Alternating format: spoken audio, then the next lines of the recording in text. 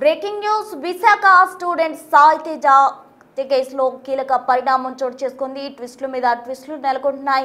తాజాగా college lecturer మాట మార్చిన పరిస్థితి వెలుగు చూసింది. సాయి తేజ తనకు కొడుకు లాంటి వాడని, అతన్ని తాను లైంగికంగా వేధించలేదని లెక్చరర్ పోలీసులకు చెప్పుకొచ్చిన పరిస్థితి. కాలేజీకి రాకుండా సరిగ్గా చదవకపోవడం వల్లే సాయి తేజ పట్ల కఠినంగా వ్యవహరించామంటూ కూడా లెక్చరర్స్ చెప్తున్నారు. మరోవైపు తన కొడుకుని ఆ లెక్చరర్ లైంగికంగా వేధించిందని సాయి తేజ తల్లి ఆవేదన వ్యక్తం చేస్తున్నారు. మేడంలు నన్ను వేధిస్తున్నారని సాయి తేజ చెప్పినట్టు రికార్డులపై సంతకం చేయట్లేదని, తనను టార్గెట్ చేశారని, అలాగే నా అందమే నా తప్ప అన్నట్లు సాయి తేజ బాధపడినట్లు కూడా సాయి తేజ తల్లి వెల్లడించారు. అయితే టీచర్ వాళ్ళ భర్తకు ఏదో జబ్బు ఉందని, అందుకే తనను రమ్ముంటుందని సాయి తేజ ఇంట్లో బాధపడినట్లు కూడా తన తల్లి చెప్తోంది. దాని గురించి అడగడానికి మేము వెళ్దామనుకునే లోపే ఈలోపు ఇంట్లో సాయి తేజ ఈ విధంగా చేశాడు అంటూ సాయి తేజ తల్లి తీవ్రంగా ఆవేదన వ్యక్తం చేస్తూ ఉన్నారు. నా ఒక్క కొడుకే మేడంకి స్పెషల్ ఏంటి అంటూ కూడా ఆమె ఫైర్ అవుతున్న పరిస్థితి. తన కుమారుడిని కోల్పోయినందుకు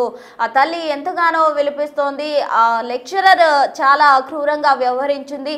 తన భర్తకు ఏదో జబ్బు ఉందని, అందుకే తన కుమారుడిని రావాలంటూ కూడా ఆమె పిలిచిందంటూ సాయి తేజ తల్లి తన ఆవేదన వెళ్లబోసుకోవడం జరిగింది. దీనికి సంబంధించి తాజా అప్డేట్స్ అందించేందుకు మా ప్రతినిధి రాజు వైజాగ్ నుండి లైవ్ లో జాయిన్ అయ్యేందుకు సిద్ధంగా ఉన్నారు. రాజు, చెప్పండి, విశాఖ స్టూడెంట్ సాయి తేజ కేసులో మరో ట్విస్ట్ నెలకొందనే చెప్పాలి. ఒకరికొకరు ఏ వరకు వారు మాటలు మారుస్తున్న పరిస్థితి. లెక్చరర్ కూడా సాయి తేజ తన కొడుకు లాంటి వాడు, అలాంటి వాడిని నేను లైంగికంగా ఎందుకు వేధిస్తానంటూ చెప్పడం జరిగింది. అసలేంటి ట్విస్టుల మీద ట్విస్టులు?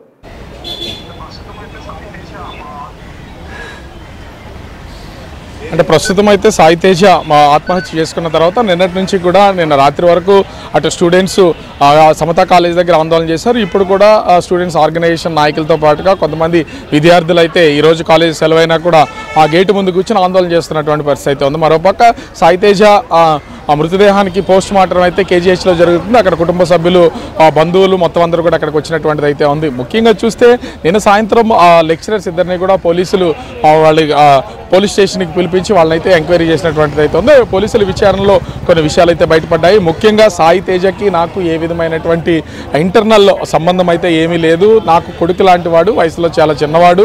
నేను చాలా జాగ్రత్తగా, నన్ను అమ్మ అని పిలుస్తాడు, నేను కూడా కొడుకులాగే చూస్తాను తప్ప ఇతర ఉద్దేశాలు ఏవి మా ఇద్దరి మధ్యన లేవు అని చెప్పినటువంటి సమాచారం అయితే మనకు అందుతుంది. దీంతో పాటుగా గత కొన్ని నెలలుగా సాయి తేజ కాలేజీకి సరిగ్గా రావట్లేదు, నెగ్లిజెన్సీ ఎక్కువైపోయింది. తనతో ఉన్నటువంటి ఆ కొడుకు అనే ఆ చనువు ఉన్నటువంటి నేపథ్యంలో కొంత కఠినంగా వ్యవహరించాను. దీంతో పాటు చదవడం కూడా మానేశాడు, రాయడం కూడా మానేసి తను నెగ్లిజెన్సీ ఎక్కువైపోయింది. వాటి నుంచి తనను బయటికి తీసుకొచ్చే ఉద్దేశంతోనే కొంచెం కఠినంగా వ్యవహరించాను తప్ప ఒక లెక్చరర్గా ఎట్లాంటి చర్యలు తీసుకోవాలో అదే చర్యలు నేను కూడా తీసుకున్నాను.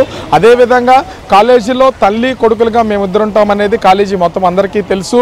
ఆ చనువుతోనే నేను సాయి తేజ విషయంలో కొంత కఠినంగా వ్యవహరించి తనను సరైన దారిలో పెట్టాలనే ఈ నిర్ణయం తీసుకున్న తప్ప తనని లైంగికంగా నేను ఎక్కడా వేధించలేదని లెక్చరర్ అయితే పోలీసులకు చెప్పినట్టుగా తెలుస్తుంది. అయితే వీళ్ళిద్దరి మధ్యన జరిగినటువంటి చాటింగ్ స్క్రీన్ షాట్ కొన్నింటిని పోలీసులు అయితే స్వాధీనం చేసుకున్నారు. అవి బయటకు కూడా వచ్చినటువంటి అయితే ఉంది. ఇవి కాకుండా ఇంకా ఇంటర్నల్గా ఇంకేమైనా చాట్ చేసినటువంటి వివరాలు ఏమైనా ఉన్నాయో వాటి కోసం పోలీసులు అయితే ఆ మొబైల్స్, ఆ లెక్చరర్స్ ఇద్దరు మొబైల్స్, అదేవిధంగా ఈ సాయి తేజ మొబైల్ అన్నింటినీ కూడా తీసుకుని ప్రస్తుతం అయితే విచారణ చేస్తున్నటువంటిది అయితే ఉంది. ఆ చాటింగ్ లోతులకు వెళ్తే ఇంకేమైనా విషయాలు బయటపడే అవకాశం అయితే ఉంది. అది పోలీసులు కూడా చెప్తున్నటువంటిది ఏంటంటే ఈ కేసుకు సంబంధించి మేము విచారణ చేస్తున్నాం, ఒకవైపే తీసుకోలేము, రెండు వైపులా కూడా మేము విచారణ చేసి ఈ కేసుకు సంబంధించినటువంటి వివరాలు తెలియజేస్తామని చెప్తున్నారు. అయితే లెక్చరర్ చెప్పినటువంటి కొన్ని విషయాలకి ఇంట్లో వాళ్ళు చెప్తున్నటువంటి వాటికి కూడా కొంత దగ్గర సంబంధం ఉన్నటువంటిది అయితే ఇక్కడ స్పష్టంగా కనిపిస్తుంది. ఎందుకంటే కొడుకు లాంటి వాడు, అతను పాడైపోతాడు, అతని జీవితం నాశనం చేసుకుంటాడనే ఉద్దేశంతో నేను కఠినంగా వ్యవహరించాను తప్ప అతనికి నాకు ఏ విధమైనటువంటి సంబంధం లేదు. ఇంట్లో వాళ్ళతో చాలా చనువుగా ఉంటానని లెక్చరర్ పోలీసులకి చెప్పినటువంటి అంశమే తల్లిదండ్రులు కూడా చెప్తున్నారు. మాతో మాట్లాడేది, నాతోనూ, నా కూతురుతోనూ, సాయి తేజతోనూ, ఇంట్లో వాళ్ళందరితోనూ కూడా లెక్చరర్ బేగం మాట్లాడేవారు. కొడుకు లాంటి వాడు, ఎట్లా పెంచుతున్నామా, నాకు ఇద్దరు పిల్లలు ఉన్నారు, ఆ ఇద్దరు పిల్లలు నేను చెప్పిన మాట వినరు, కానీ నువ్వు ఎలా కొడుకుని పెంచుతున్నావు, అతను చెప్పినట్టు వింటాడు, చక్కగా చదువుతాడు అని లెక్చరరే మాతో చెప్పేది. ఇలా చెప్పి మోసం చేసి ఇవాళ అతన్ని ఇబ్బందులకు గురి చేసింది అని తల్లిదండ్రులు అయితే ఆరోపిస్తున్నటువంటి పరిస్థితి అయితే ఉంది. ఓవరాల్గా చూస్తే ఈ కేసుకు సంబంధించినటువంటి చిక్కుముడి ఇప్పట్లో మొబైల్స్లో వీడియో అయితే లేదు. పోలీసులు దీని మీద విచారణ చేస్తూ ఉన్నారు. ఈ 2 మొబైల్స్లో మొత్తం Begum mobile, lecturer Begum mobile, అదేవిధంగా సాయి తేజ మొబైల్ రెండింటిని లోతుగా పరిశీలించిన తర్వాత మరి కొన్ని విషయాలు అయితే బయటకు వచ్చే అవకాశం ఉంది. దీని ద్వారా పోలీసులు తీసుకునే చర్యలకైతే ఉంటుంది. ఇప్పటికే యాజమాన్యం కూడా లెక్చరర్స్ విషయంలో హోల్డ్ చేసినటువంటిది అయితే ఉంది. వాళ్ళ మీద చర్యలు చేపట్టడానికి కూడా కాలేజీ యాజమాన్యం ఒక నిర్ణయం తీసుకున్నటువంటి పరిస్థితి అయితే ఉంది. ప్రస్తుతం విద్యార్థి సంఘ నాయకులతో కొంతమంది విద్యార్థులు కాలేజీ దగ్గర ఆందోళన చేస్తున్నటువంటి నేపథ్యంలో ఇక్కడ భారీగా కూడా పోలీసులు మోహరించారు. మరి చూడాలి, సాయంత్రం లోపు ఈ కేసుకు సంబంధించినటువంటి మొబైల్స్లో ఇంకా చాటింగ్ లోతుగా వెళ్తే అటు బేగం లెక్చరర్ బేగం తప్పుందా లేదా, సాయి తేజ ఈ విధంగా ఊహించుకుని చనిపోయాడా, ఆత్మహత్య చేసుకున్నాడా, లేకపోతే చదువు అనే ప్రెజర్ను భరించలేక చనిపోయాడా, ఇంకా దీని వెనక ఇతరత్ర కారణాలు ఏమైనా ఉన్నాయా అనేది తెలిసే అవకాశం అయితే కనిపిస్తుంది ప్రస్తుతం.